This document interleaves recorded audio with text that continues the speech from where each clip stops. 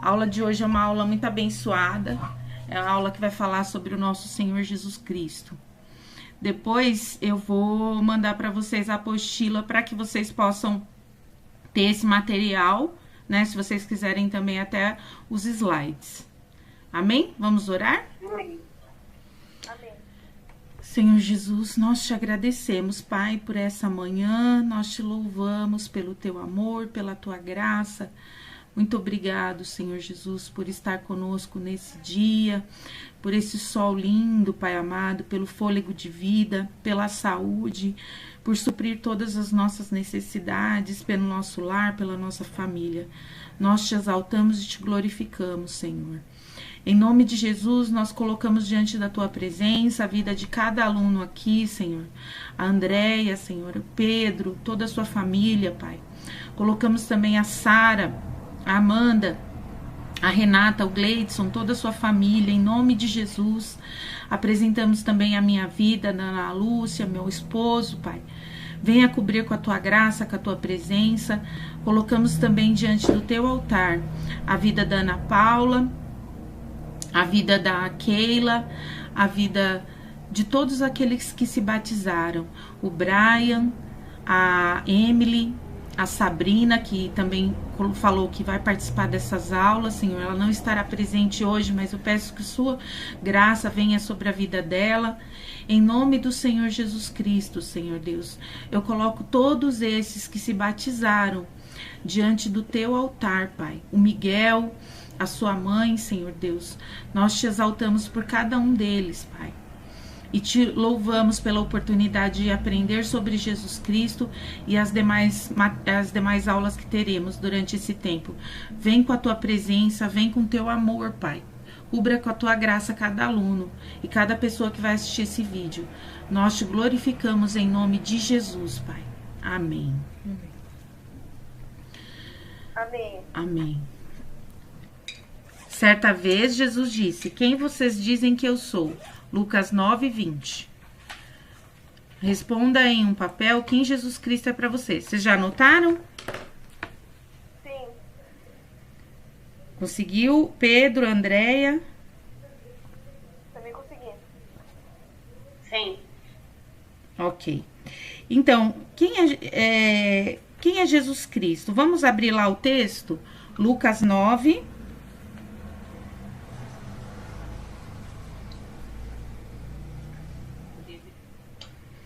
Texto da Bíblia, pode ser no celular ou se você tiver uma Bíblia.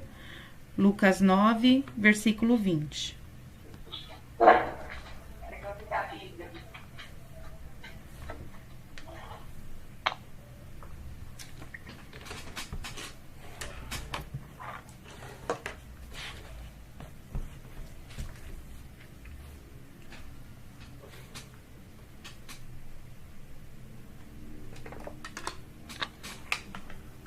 Pode ler, gente?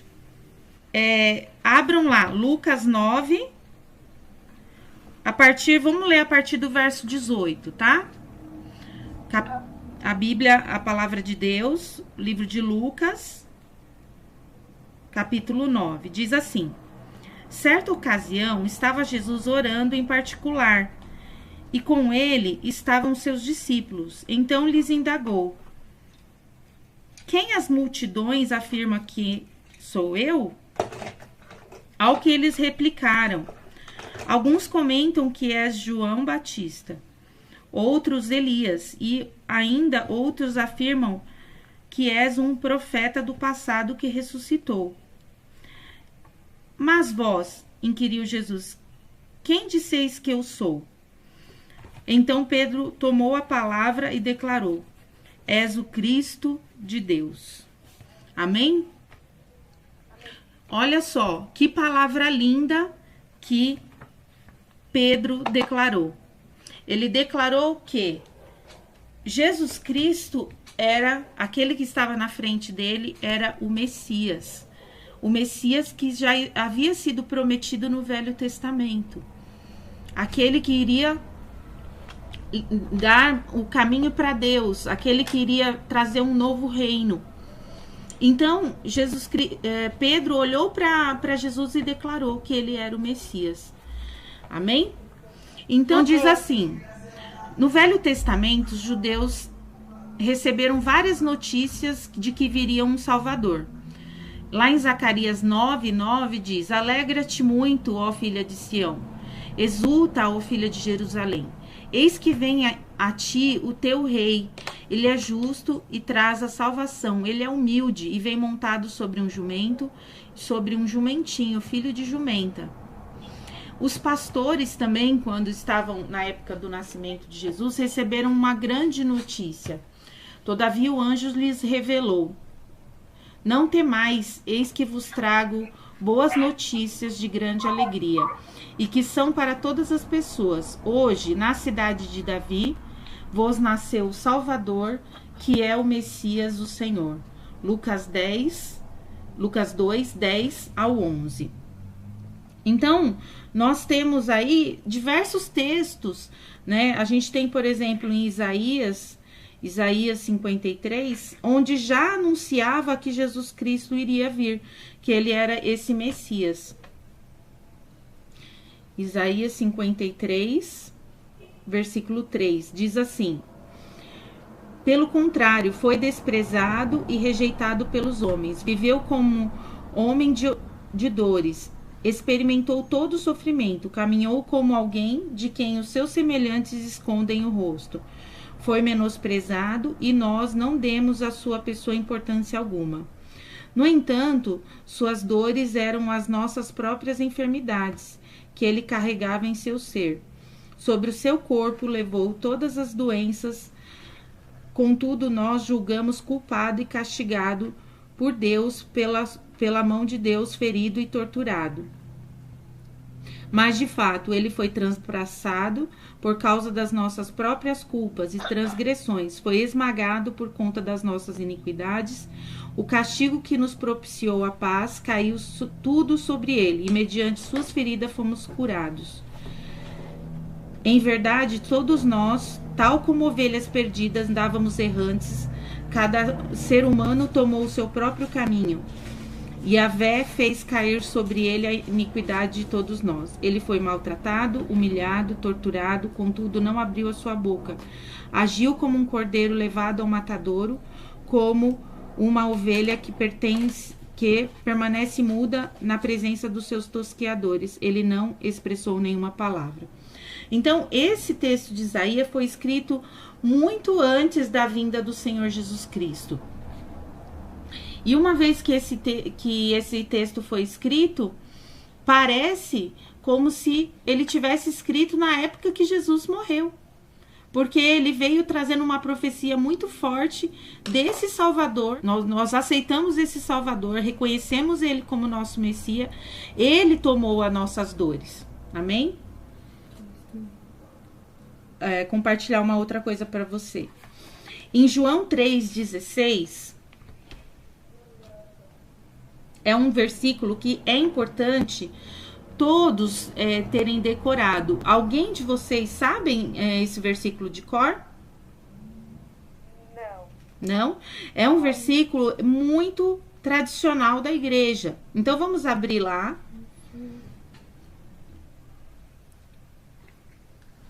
Vamos abrir lá, tá bom? João 3,16.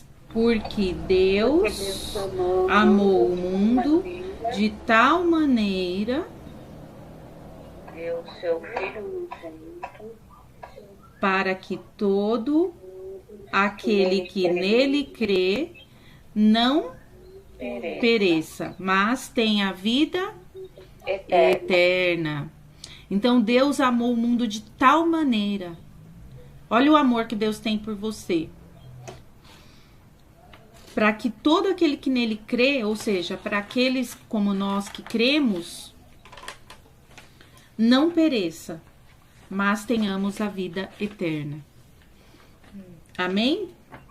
Olha Amém. só, Deus nos tirou do reino das trevas e nos colocou no reino do Filho do seu amado. O reino das trevas era um reino quando nós não tínhamos o Senhor Jesus Cristo, né? O reino das trevas era aquele tempo que sentíamos muito sozinhos. Nos apegávamos a algumas situações, mas hoje a gente tem um Deus para onde nós devemos recorrer. Porque Jesus morreu por nós, nós aceitamos esse sacrifício, né? Nós reconhecemos, né, que esse sacrifício foi para mim e foi para você. E a partir daí nós temos uma novidade de vida. Então esse Messias veio inaugurar um novo reino. E nós estamos nesse reino, participando desse reino, uma vez que ele é o rei. Ele que inaugurou esse reino. Então, de Gênesis a Malaquias, que são livros do Velho Testamento, a palavra possui diversas profecias da vinda desse Messias. Já no Éden, Eva e Adão procuravam se esconder da presença de Deus. Então, quando você lê lá o texto, quando existiam duas árvores, o Senhor colocou lá no paraíso duas árvores, né? Uma árvore era a árvore do conhecimento do bem e do mal, e a outra árvore era a árvore da vida. Qual que seria a situação? Ele poderia comer da árvore da vida, mas não poderia comer do fruto do conhecimento do bem e do mal. Ele foi, como vocês sabem da história, e tomou do fruto do conhecimento do bem e do mal. A partir dali, o pecado entrou na raça humana. Uma vez que o pecado entrou na raça humana, uma vez que o pecado entrou em nós, Adão e Eva já procurou se esconder da presença de Deus. O que o pecado faz conosco? Nos afasta de Deus. E Jesus Cristo, ele é o caminho, a verdade e a vida. Ninguém vai ao Pai senão por ele. A partir da vinda do Senhor Jesus Cristo, nós temos um caminho para Deus. E qual é esse caminho? Aceitando o Senhor Jesus Cristo todos os dias. Todos os dias nós devemos, como cristãos, né, fazer o nosso devocional, nossa oração, né, nosso TSD, como o pessoal fala, TSD é tempo a sós com Deus. Então, leitura da palavra, oração, nosso jejum, enfim. Separar tempo para o Senhor e não nos esconder dele. Porque o pecado, ele nos afasta de Deus. Mas Jesus Cristo nos aproxima de Deus. Em Romanos 3:23, ele diz o seguinte, que todos pecaram e destituídos estão da glória de Deus. Então, somente através de Jesus Cristo que nós temos acesso a Deus.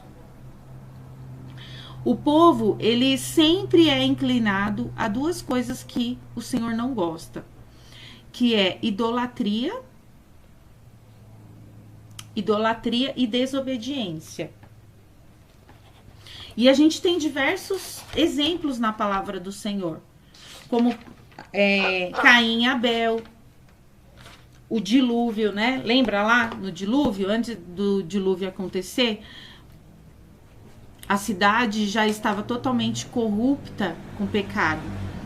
Então, sem Jesus Cristo, a sociedade ela é levada para o pecado.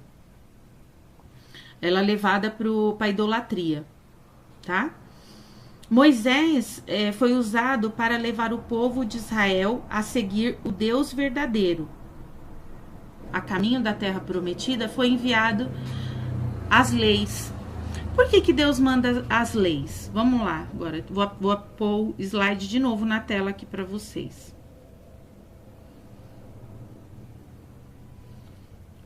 Aqui nós temos uma apresentação onde diz assim: o Messias foi profetizado anos antes, né?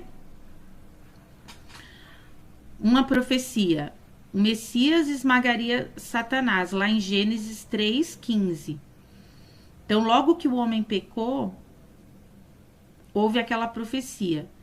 E em Lucas 1:35, houve o cumprimento dessa profecia.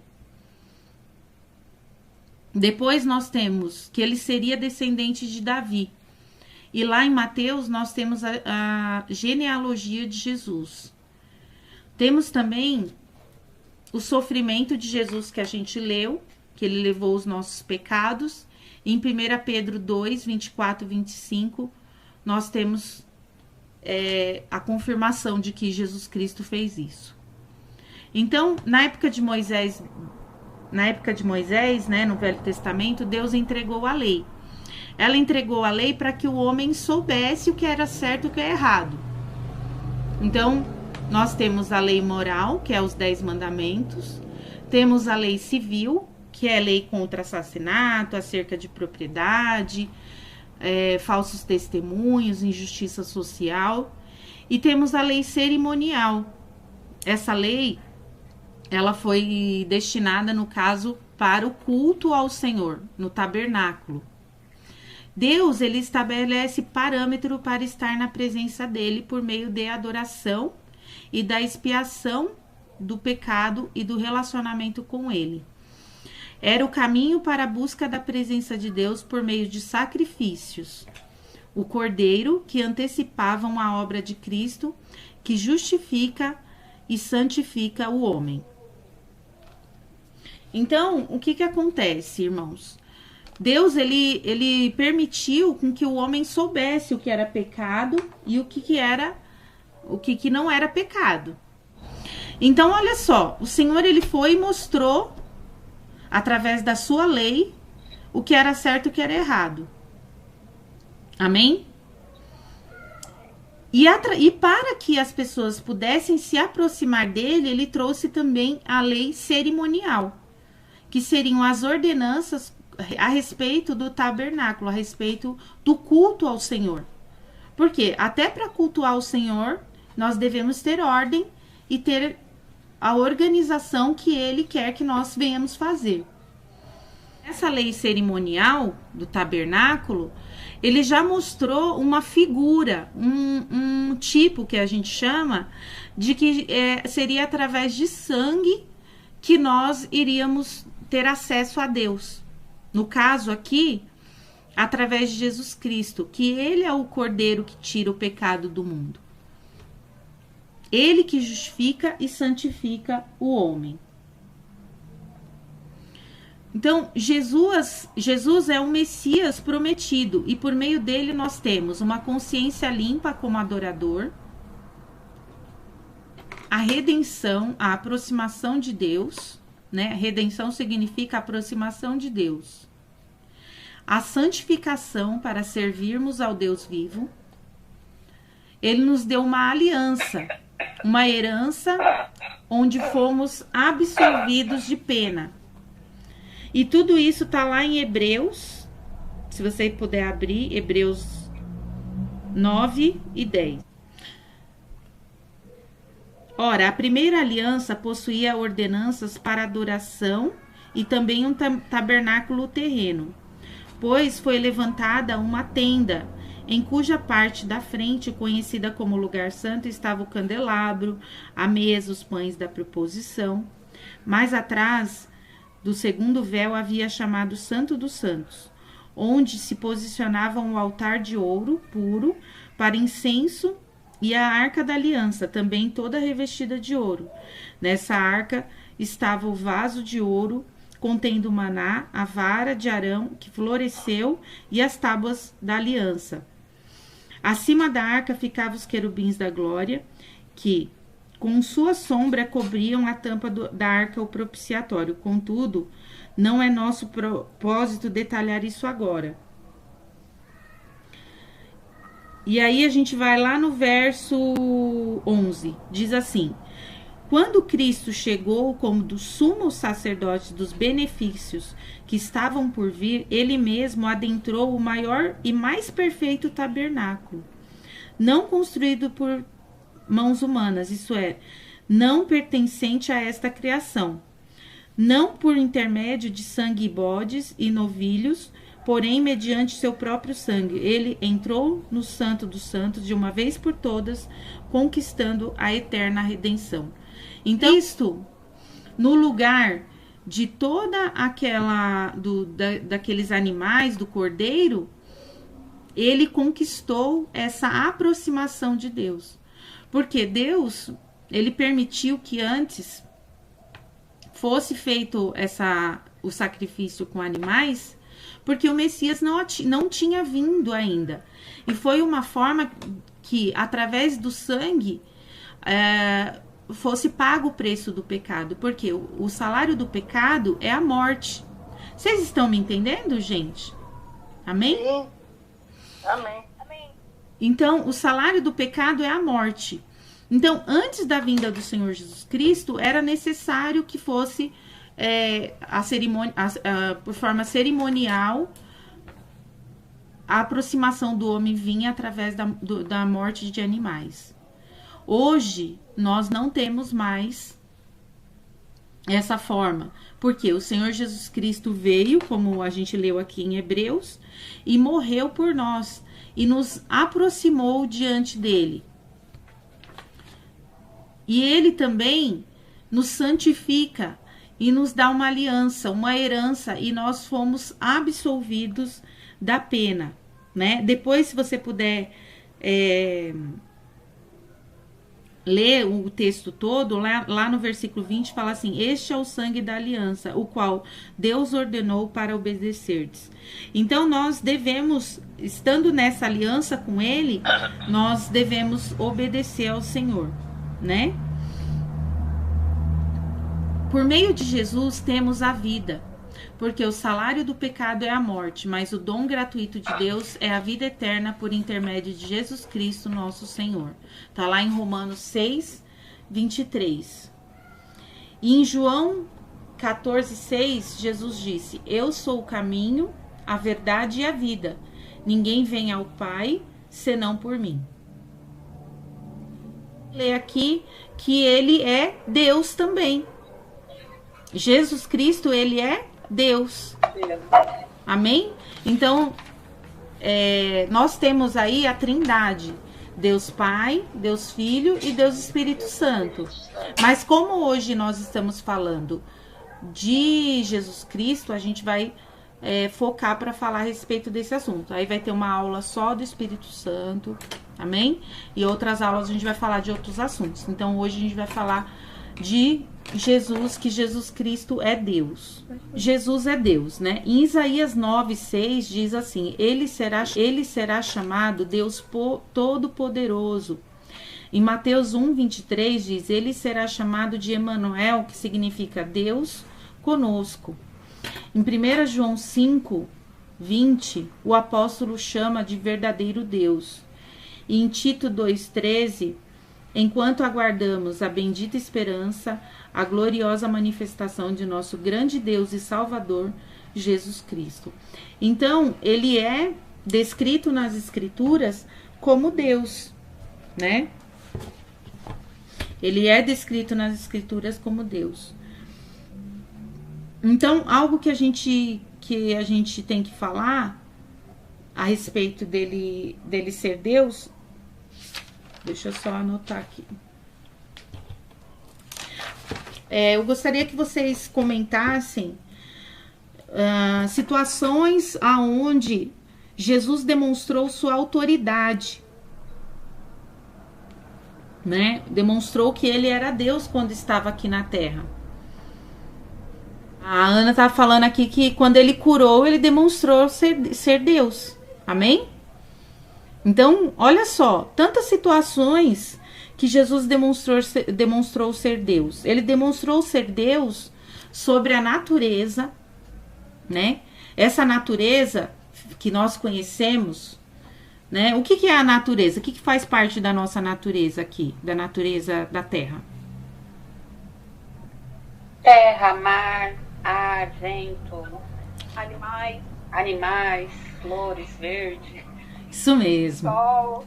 Isso mesmo. Então, ele em algum momento, o que ele fez que as pessoas ficaram atônitas, né? Atônitas diante de uma situação. Andou sobre as águas. Andou sobre as águas. Ele é Deus. Amém? Ele anda sobre as águas. Quando ele estava aqui, ele andou sobre as águas. Ele acalmou o mar. Amém? Multiplicou os peixes. Ô, glória! Olha só que bênção. Multiplicou os pães e os peixes. Pão. Isso mesmo. Isso mesmo. Então, isso ele demonstrou que ele é Deus. E ele continua sendo Deus. Ele foi Deus lá quando ele estava aqui fisicamente na terra como homem, mas ele ressuscitou e ele continua sendo Deus, né?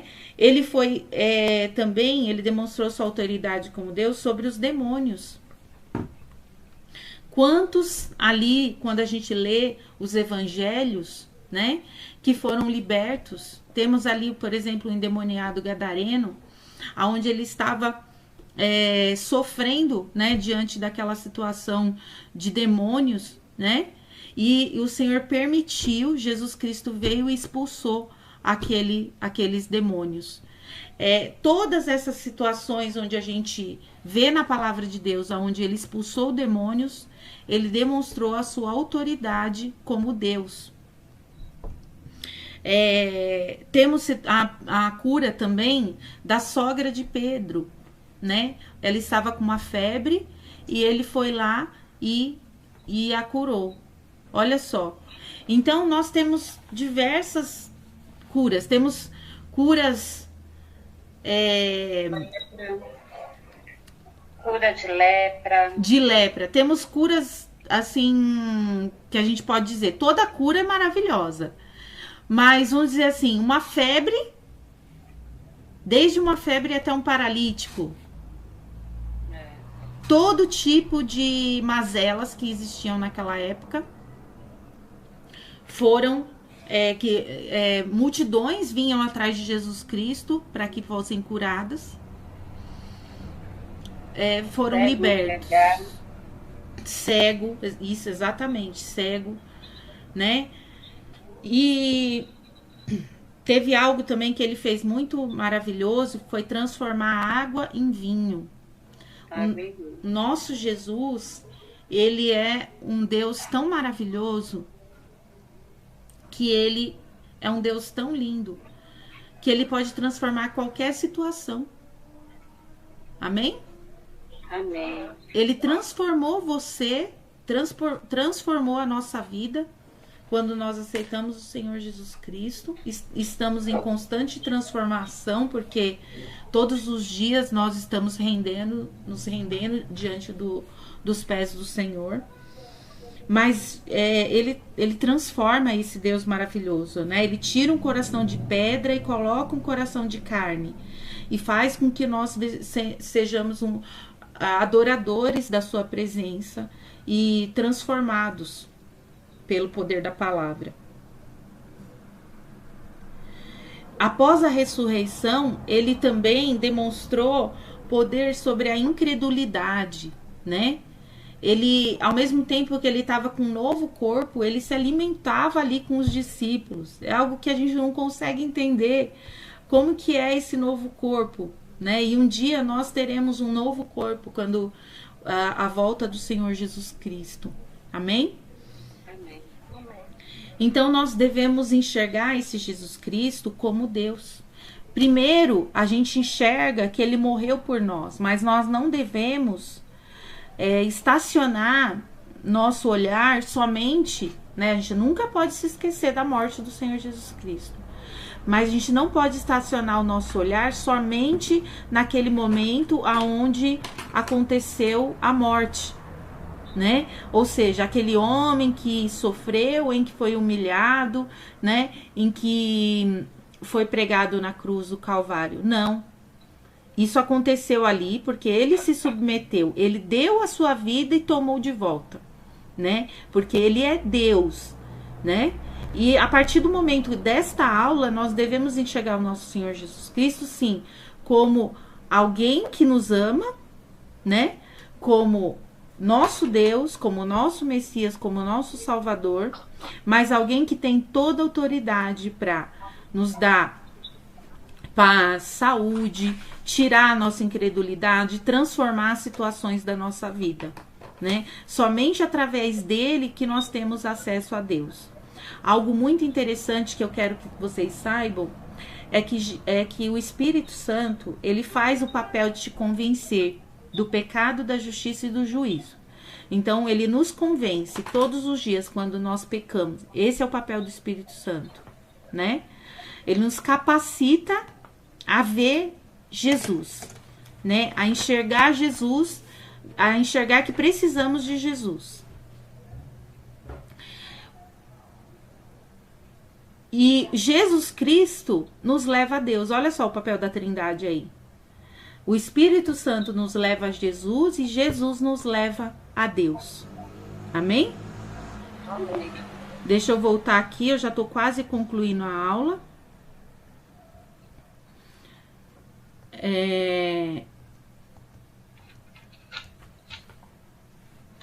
Então, Jesus, além de ser Deus, ele é rei, né? Na palavra do Senhor diz: você ficará grávida e dará à luz um filho, e lhe porá o nome Jesus. Ele será grande e será chamado Filho do Altíssimo. O Senhor Deus lhe dará o trono de seu pai Davi, e ele reinará para sempre sobre o povo de Jacó. Seu reino jamais terá fim. Lucas 1, 31 ao 33. Então, temos outros títulos de Jesus Cristo, além de rei, né? Ele é rei desse reino que ele veio implantar, né?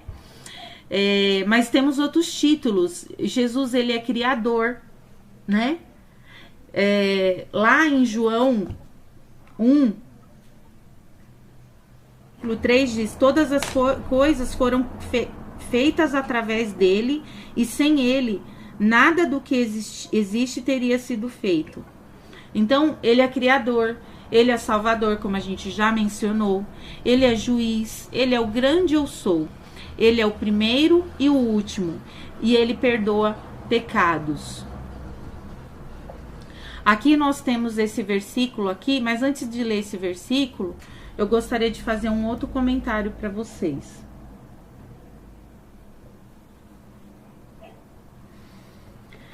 Jesus, ele veio com esse reino, né? Buscai primeiro o reino, lembra? E o reino de Deus e a sua justiça, e todas essas coisas os serão acrescentadas. Esse versículo, ele é muito conhecido, né? Jesus Cristo, ele veio trazer esse reino. Ele é o rei do reino.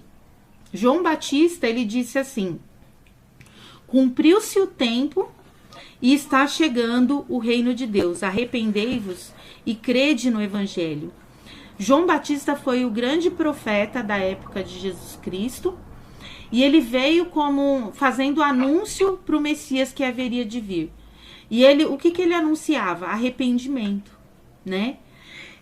Em Lucas 17, 20 e 21, quando interrogado pelos fariseus sobre o reino de Deus, Jesus explicou que o reino, ele não vem de aparência visível, também, mas o reino de Deus, ele veio trazer, na verdade, o governo de Deus sobre a nossa vida, e a nossa vida interior, né? Então, o reino de Deus, ele não tá ali, por exemplo, lá na Inglaterra, que nem o reino lá da Inglaterra. Ele não tá ali, por exemplo, em tal cidade do Brasil. Não tá ali ou aqui. O reino de Deus, ele tá entre nós. Ele está em nós, né? E esse reino de Deus, ele traz a manifestação de Deus, ou seja, aonde está o reino de Deus, não pode ter demônios. Amém? Não pode ter outras coisas que não fazem parte do reino de Deus. E se você aceitou o Senhor Jesus Cristo como seu rei, você já faz parte desse reino. E o império das trevas, o mal, não pode dominar, porque o único que domina a sua vida é esse rei maravilhoso que é o Senhor Jesus Cristo, né? Hoje a gente vê esse reino de uma forma parcial, né? A gente sente ele no espírito. Mas um dia nós veremos esse reino pessoalmente e veremos o Senhor Jesus Cristo pessoalmente. Aleluia, amém, né? Glória a Deus. E quando ele voltar, aí a gente vai ver esse reino fisicamente. Tá lá em Apocalipse 20, do 1 ao 3. E Jesus Cristo também, ele é o autor e consumador da nossa fé. Amém? Através de Jesus Cristo, nós temos a fé. E para concluir aqui o versículo, olhando firmemente para o autor e consumador da fé, Jesus, o qual, por causa do júbilo que lhe fora proposto, suportou a cruz, desprezando a vergonha, e assentou-se à direita do trono de Deus. Hebreus 12, 2. Em Apocalipse 22, 16 diz: Eu, Jesus, enviei o meu anjo para dar a vocês este testemunho concernente às igrejas. Eu sou a raiz e o descendente de Davi, e a resplandecente estrela da manhã. Aleluia! Aleluia. Olha só, Jesus é a resplandecente estrela da manhã. Quem é a estrela da manhã na nossa vida, no mundo aqui? Jesus. Sim, mas fisicamente, qual é a estrela aqui quando fica dia? O sol. O sol. Olha só o nosso Jesus. Ele é a resplandecente estrela da manhã. Pensa nesse Jesus, como ele é grande. Compara o sol com Jesus. Ele é muito maior do que o sol. Porque se todas as coisas foram criadas por ele, ele é muito maior que o sol. Mas ele é a resplandecente estrela da manhã. Tem alguma coisa que não conseguimos ver quando o sol está iluminando?